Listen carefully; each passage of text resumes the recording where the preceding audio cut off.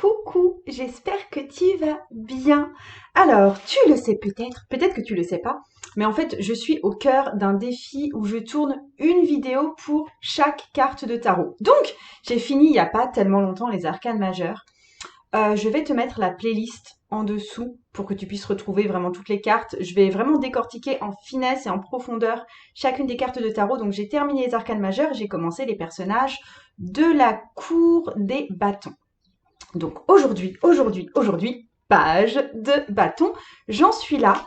Avant que tu regardes cette vidéo, tu arrêtes tout si tu n'as pas du tout suivi cette playlist. Et soit tu t'amuses à regarder tout depuis le début, soit au moins tu prends à partir du roi de bâton, ou tu regardes au moins avant cette vidéo le roi de bâton, parce que déjà je fais une petite introduction sur les personnages de la cour, sur l'ordre dans lequel je vais aborder les personnages de la cour. Je fais aussi une introduction sur la suite des bâtons. Donc ça me paraît important avant de suivre ce que je vais te dire ici sur le page de bâton. On y va!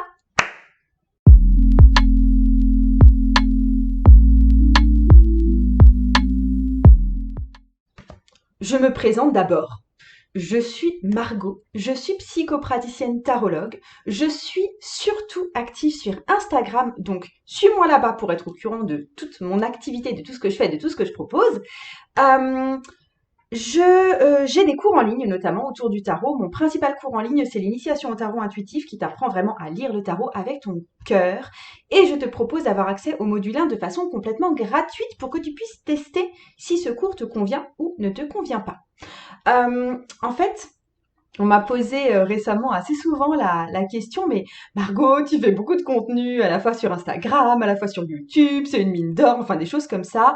Qu'est-ce que tu dois faire de plus dans tes programmes payants? Je ne comprends pas ce que tu pourrais nous donner de plus.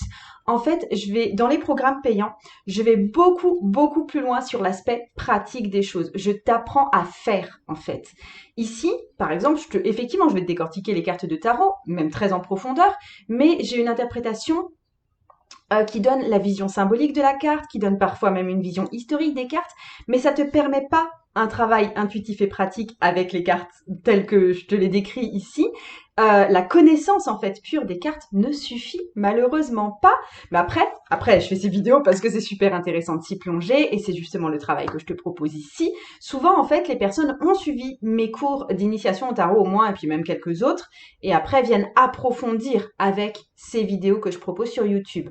Donc si je te propose notamment là de prendre des notes parce que des fois je sais que je vais vite, que les informations peuvent être denses, donc oui, vas-y, tu peux te faire ton mini cours à toi avec ce que je te propose ici.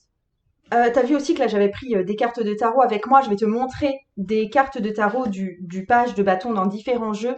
C'est ce que je fais un petit peu tout le temps quand je parle d'une carte. Et je te mets le nom de tous les jeux dans la description si jamais tu les cherches parce que quand je les prononce, je mâchouille des fois et tu peux ne pas bien comprendre. Je te marque aussi mes sources en dessous, enfin les livres sources parce que sinon c'est pas mal vidéo, etc. Et ça j'ai moins répertorié. Mais j'ai répertorié les livres dont je me sers et qui sont mes principales ressources pour créer ces vidéos, en plus de moi, le savoir intuitif que j'ai développé autour de ces cartes. Allez, j'arrête de parler du défi et de comment je présente ça. Je te parle du page de bâton. Alors, c'est le personnage, le page en général, hein, enfin, pas en général, le page est le personnage, le personnage, je vais y arriver, est le personnage le plus jeune, le plus immature et le plus pur, on va dire, des personnages de la cour.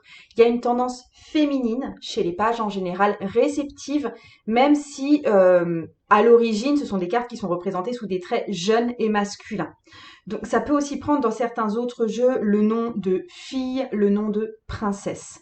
Donc on a une personne qui est ici, alors en page de bâton, ça va être une personne dans la réceptivité, mais là, réceptif à de nouveaux projets, parce que les cartes de bâton peuvent volontiers être des cartes de projet et de passion. Je te montre ça, attends, dans le Shadowscapes, où on voit bien cet esprit féminin de jeunesse, ouverture. Je te le montre dans le Mariel Tarot, où on voit, pardon, il y a une voiture, où on voit carrément, c'est une carte d'enfance, enfin, on dirait un enfant qui part au combat. Je te le montre aussi dans le New Immortals Tarot, là aussi, ouverture à d'autres cultures notamment, et féminité, et le Good Tarot, qui est aussi tarot de la bienveillance. où c'est le page de bâton est ici représenté sous les traits d'une jeune fille asiatique. Donc, les pages, elles incarnent les qualités de la suite, donc ici la suite des bâtons, dans l'état le plus simple. Ils profitent de la suite de la façon la plus légère. C'est en fait une énergie plus jeune et plus fraîche que celle de la reine, qui elle est vraiment la femme mature. Je te montre ça dans le tote parce que dans le tote, la reine est accompagnée d'un fauve. Et là, c'est comme si le page joue avec le fauve. Enfin, la princesse est juste est en train de se faire prendre dans le tourbillon de la vie avec le fauve. En astrologie, c'est une carte qui correspond au signe de feu. Donc, on est dans le bélier, on est dans le lion, on est dans le sagittaire.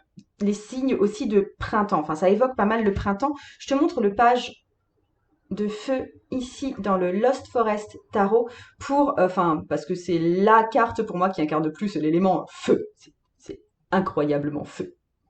Je te le montre aussi dans le tarot de Marseille. Alors oui, ils peuvent s'appeler page ou princesse ou fille. On retrouve aussi beaucoup le nom de valet, surtout dans la tradition française. On est dans cette énergie naturelle et animale qui est symbolisée dans ce gros bâton que le personnage tient devant lui, en fait. Donc, dans le tarot de Marseille, dans le tarot de Rider-Waite-Smith, on est dans la même chose. Hein. Je l'ai aussi dans le Tarot of the Magical Forest. Et il est aussi, tiens, je te le montre dans le tarot initiatique, qui est tradition Marseille. Et c'est un personnage qui est tourné vers la droite. Donc, on est vraiment dans la promesse d'aller de l'avant, d'aller vers l'avant. Il y a un acte créatif qui s'annonce. Donc, on est face à un personnage qui est défini comme créatif, qui est enthousiaste, qui est confiant, qui est jeune. On est pas mal dans une énergie orange si on devait donner une couleur. Et on voit aussi ici qu'il y a des salamandres sur la tunique en fait du personnage. Pour le symbole de la salamandre, à savoir si c'est fermé ou si c'est ouvert, si la salamandre se mord la queue ou non, je t'invite à aller voir la description que j'ai fait aussi du roi de bâton et du chevalier de bâton parce que j'en parle de façon beaucoup plus approfondie. Mais la salamandre, c'est un symbole de spiritualité, d'opportunité, de ressources, de pouvoir, de résilience. Et en fait, donc, on peut dire qu'on est face à une jeune femme qui aime explorer l'inconnu. Elle est aventureuse, elle est pleine d'énergie. On voit ça encore mieux dans le Cosmic Cycle Tarot avec cette nana exploratrice de la forêt qui va monter aux arbres. Dans le Wild and Noun aussi, je trouve qu'on a cette énergie aussi de fraîcheur et d'aventure. Si tu tires cette carte dans une lecture de tarot, il est possible, ça peut être une carte annonciatrice de nouvelles. Tu peux recevoir des nouvelles en lien avec ta carrière ou en lien avec un projet créatif. Quand il s'agit de quelqu'un dans la vie du consultant, ça peut être un jeune homme ou une jeune femme, un enfant, un amant ou une maîtresse, quelqu'un d'envieux ou un messager. De toute façon, dans un tirage, ça peut être facilement une référence à l'enfance. En fait, si c'est une personne vraiment adulte qui est désignée par ce page, parce que c'est possible aussi, cette personne, on peut dire qu'elle vit la situation de l'intérieur comme un enfant. Elle est dans la spontanéité, elle cherche pas midi à 14 heures, elle est libre des pressions extérieures. Je trouve que cette énergie très enfantine, même quand on est adulte, est bien exprimée ici dans le page du bâton du Children of Lita et aussi dans le jeu Tarot of the Divine. Donc on est face à une énergie de chaleur, d'ambition, de passion, d'envie d'accomplir, de dynamisme, peut-être des fois de perfectionnisme aussi. Je te montre aussi ça dans le Brady Tarot, cette idée aussi d'envie d'accomplir et d'aider l'humanité avec, ça c'est le Brady Tarot et c'est la légende qui est autour, c'est l'hirondelle qui vient apporter de la nourriture et de l'eau aux premiers hommes assoiffés et affamés. Mais c'est aussi une carte d'immaturité, étant donné que ça se réfère à l'enfance et à la jeunesse. Donc, il y a besoin de grandir encore, il y a besoin d'agir moins, peut-être de façon impulsive et émotionnelle. On voit ça dans le Herbcrafters Tarot, avec cette petite fille qui s'essaye aux arts divinatoires. Et bon, pour l'instant, peut-être qu'elle s'y connaît pas encore trop. On voit ça aussi, je trouve, hein, dans le Three Trees Tarot, avec ce personnage qui s'interroge vraiment. C'est pas encore lancé, ça, on sait pas encore, tu vois, il y a cette immaturité qui est là parce qu'on n'ose pas se saisir pleinement de son pouvoir.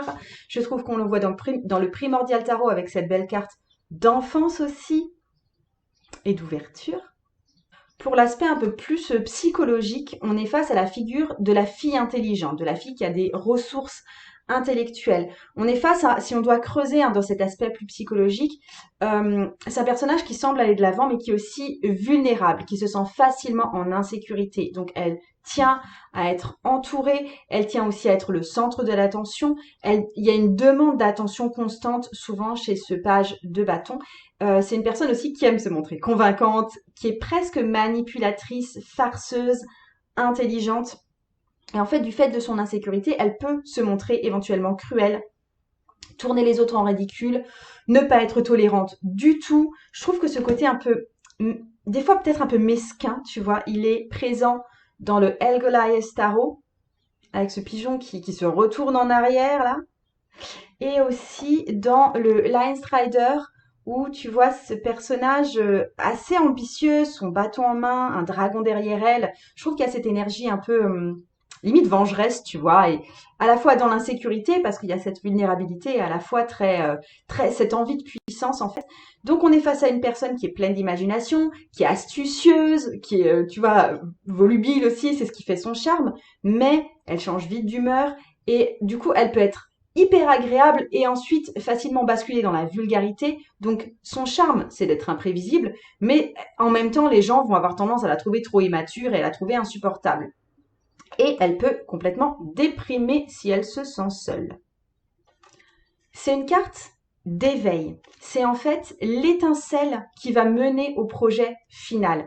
Donc c'est vraiment le flash d'inspiration. C'est la vision d'un grand projet futur à accomplir et on ne sait pas encore comment du tout, mais en tout cas on a cette envie et cette vision-là. Et c'est vraiment, ça incarne le courage de commencer quelque chose à neuf. Je vois ça aussi dans le Nicoletta Queccioli Tarot parce que c'est cette époque de floraison et de vision. La petite bonne femme, elle a même les yeux fermés en fait, et elle se laisse juste porter par cette énergie d'expansion et de vision. Alors, attention, si on montre avec ce page de bâton cette envie de démarrer, de s'étendre, il est aussi possible qu'on soit dans quelque chose de très fugitif, que ce soit une étincelle vivace, mais qu'elle s'éteigne avant que quoi que ce soit se soit vraiment passé. Ok. Et c'est également cette carte, je trouve, l'éveil de qui on est, la compréhension de qui on est, de savoir qu'on est soi, de comprendre ce qui nous anime, d'aussi pouvoir être les premières fois en contact avec nos propres désirs sexuels. Je te montre ça aussi dans le Urban Tarot, qui est la seule carte que j'ai dans les pages de bâton où elle est, enfin où il y a quelque chose de volontairement sexuel en fait dans la mise en scène et de très joueur en même temps. Il y a vraiment ce truc de jouer avec le feu. Mais en fait, le conseil qu'il y a souvent avec ce page de bâton, c'est de ne pas se laisser gouverner par ses passions ou ses envies, mais d'apprendre à les maîtriser, d'apprendre à les canaliser, à les diriger, à les organiser. Je dis pour finir qu'on est face vraiment à un personnage enthousiaste, tu l'as compris, qui a cœur à entamer, qui a tendance à entamer 5 projets à la fois. Il a tendance aussi à les laisser tomber dès qu'il y a un coup de fatigue qui se fait sentir, dès que ça demande du vrai travail. Et du coup, il a du mal à comprendre qu'il n'y a pas besoin que de l'enthousiasme, mais il y a aussi besoin d'une énergie de plus long terme pour mener une tâche à bien. Donc, il y a beaucoup de bonnes idées, il n'y en a pas beaucoup qui aboutissent, et du coup, ça peut générer aussi de l'impatience, de la colère, le fait de se moquer des autres, le fait que les autres puissent souffrir de cette énergie très changeante. Voilà pour le page. Donc, dis-moi aussi, je suis curieuse parmi toutes les cartes que je t'ai montrées, parce que là, il y en a quand même pas mal. Dis-moi la carte qui te plaît le plus en commentaire. Marque-moi ça en commentaire. Ça me fait plaisir, moi, d'échanger avec toi. Ça me fait plaisir d'avoir tes nouvelles. Ça me fait plaisir qu'on discute de tarot, évidemment. Je te laisse là-dessus. Le tarot peut changer ta vie. Ciao!